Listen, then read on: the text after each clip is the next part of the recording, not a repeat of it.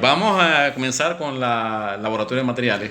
En este caso, que se llama la preparación de la probeta. Estamos aquí con los alumnos de Cabimas y de Maracaibo para poder. Son poquitos ahorita los que vinieron hoy, ¿no? En la primera tanda, pero esperemos que los demás se integren al laboratorio. Y por supuesto, vamos a hacer lo que es la preparación de la probeta. Ok, Ok, entonces vamos a hacer aquí está, ¿cómo se llama tú? Carlos Medina, de Cabima. Carlos de Medina de Cabima. Ángel Lugo, de Maracaibo. ¿Qué le he dicho con Maracaibo? Maracaibo. Juan Chávez, Maracaibo. Juan Chávez. Ajá, entonces fíjense. Entonces, esto es lo que nosotros llamamos unas probetas metalográficas. ¿Lo ven? Son probetas metalográficas y las cuales vamos a hacer ciertos procesamientos. Entonces, ¿por qué queremos preparar estas probetas metalográficas? ¿Qué son probetas para ustedes? Son las muestras que vamos a estudiar.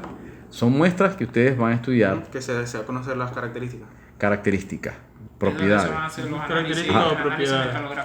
Ajá, para hacer los diferentes tipos de análisis critalográficos que podemos observar. ¿Dónde?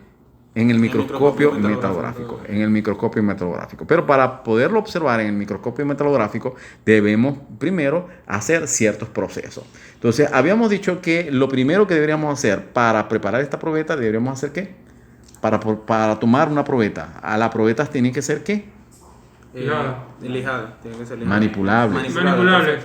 Habíamos dicho que las probetas sean manipulables. ¿De dónde sacamos estas probetas? Del cajón. De acá, de los tubos que están de este lado. Fíjense, aquí hay una serie de tubos. ¿Ya? Allí hay una serie de tubos que de allí sacamos las probetas. ¿Y qué hicimos? Las cortamos, ¿cierto? Sí. Entonces, primero tuvimos que cortar las probetas para poder obtener una probeta que sea manipulable en ese sentido. Pero hemos dicho que no todas las probetas son iguales, ¿cierto? Porque no todas son manipulables. ¿Cuál de estas probetas no era manipulable? ¿Cuál de estas probetas no era manipulable? Esa, ¿por qué no era manipulable? Porque era muy pequeña, ¿no? Y por supuesto tuvimos que colocarla en un elemento. ¿Cómo llamamos a ese elemento que la colocamos? Baquelita, ¿no? La colocamos en baquelita. ¿Qué es la baquelita? Ajá. Es un material aislante. Es un material cerámico, ¿no? Sí, Que se utiliza bajo una cierta de pasta que nosotros aglomeramos. Y por supuesto la sometemos a presión y temperatura y al cocinarse se produce este elemento que es prácticamente un cerámico. Tiene propiedades de cerámico. ¿Cuáles son las propiedades de cerámico? Que es frágil, tiene alta resistividad a la temperatura.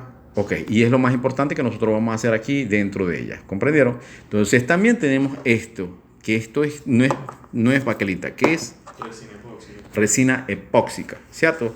Sí. ¿Qué es una resina epóxica?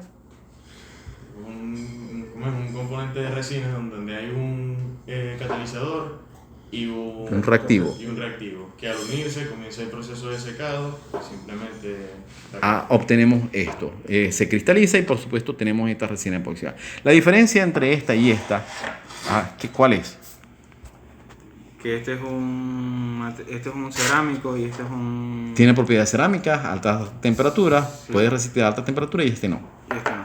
¿Ya? Pero ambos son manipulables, ¿cierto? Sí, correcto. Entonces, y estos son ¿qué?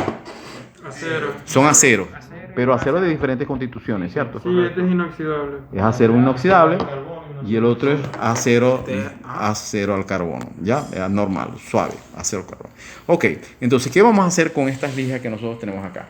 Una vez que ha sido cortada de aquella, que lo hacemos con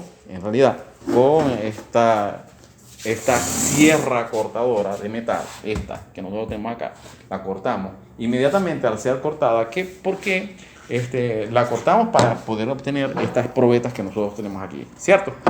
Entonces, pero al tener esas probetas, por supuesto, ella tiene la particularidad que al ser cortadas con ellas, ¿qué sucedió?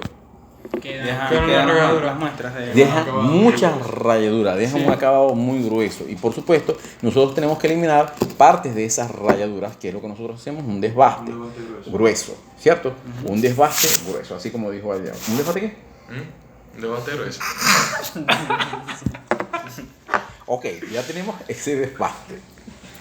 Ok, inmediatamente hacemos que la superficie se aplane por, en este caso, lijas más gruesas para poder mantener esa granulometría, esa superficie lo más plana posible. Para después inmediatamente pasarla a lo que nosotros llamamos pulitura, que son estas lijas que nosotros tenemos aquí. Cada lija tiene un número. ¿Con cuál comenzamos? Con la que tiene mayor rugosidad. Con la que tiene mayor rugosidad. Sí, menos Si tiene 9. mayor rugosidad, aquí dice que es lija 240, ¿cierto?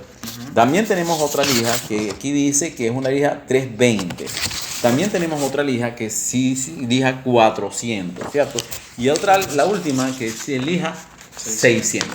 O sea que vamos a pasar de las lijas de mayor rugosidad hasta las lijas más suaves a hacer. ¿Por qué tendremos que pasar por allí? Por esas diferentes lijas. Para ir gastando poco a poco la probeta. La superficie, ir desgastando la superficie de modo que la superficie quede completamente plana y lo suficientemente pulida.